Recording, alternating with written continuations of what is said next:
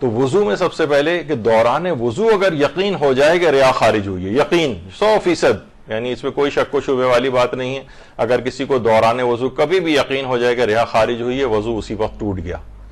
گیا بالکل ختم، اب کوئی ضرورت نہیں ہے اس کو کہ وہ جو ہے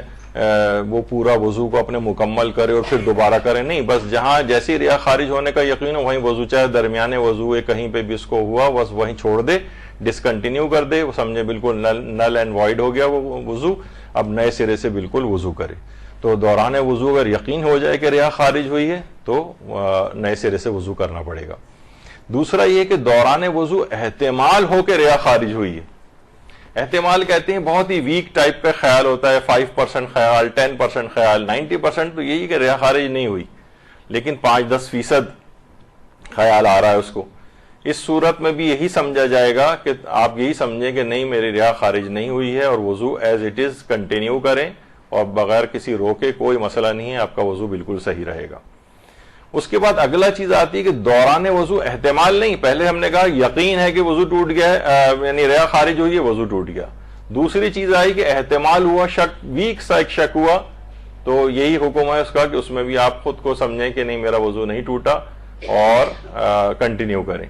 تیسرا مسئلہ آ رہا ہے کہ دوران وضو شک ہو کہ ریا خارج ہوئی ہے، یعنی 50% ہو گیا ہے، 50% ہے کہ ریا خارج ہوئی ہے، 50% ہے کہ نہیں ہوئی۔ اس صورت میں بھی شریعت کہتی ہے کہ نہیں، اس پہ توجہ نہ دیں اور سمجھیں کہ اب بھی ریا خارج نہیں ہوئی اور وضو کو ایز اٹ از کنٹینیو کریں۔ حالانکہ شک آ گیا ہے آپ کو، تو اسلام کہتا ہے کہ نہیں، اس کو بالکل شک کے اوپر توجہ نہ دیں، سمجھیں کہ نہیں خارج ہوئی اور آپ وضو ویسے ہی مکمل کریں۔ پھر اگلا مسئلہ آتا ہے دوران وضو ظن ہو جائے کہ ریا خارج ہوئی۔ ظن کہتے ہیں 97%، 98% تک بھی معاملہ چلا جائے، یعنی اتنا زیادہ آپ کو ہے کہ 97%، 98% کے ریا خارج ہوئی، تب بھی اسلام کہتا ہے کہ یہی سمجھو کہ نہیں خارج ہوئی اور آپ وضو کو کنٹینیو کریں۔ یعنی آپ نے دیکھا کہ بالکل ہم سوائے کہ 99 تو تقریباً وہی یقین کا اور اطمینان جس کو کہتے ہیں اس کے یقین کا قائم مقام ہوتا ہے، تو 99 یا 100% تو پھر وہ تو یقین ہو گیا آپ کو، یعنی اطمینان ہو گیا کہ ہاں ریا خارج ہوئی، تو پھر تو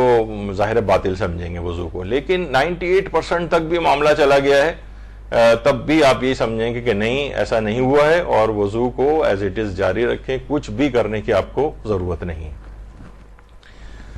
اچھا، وضو مکمل کر لیا، اب وضو بعد وضو یہ شک ہو رہا ہے کہ ریا خارج ہوئی، وضو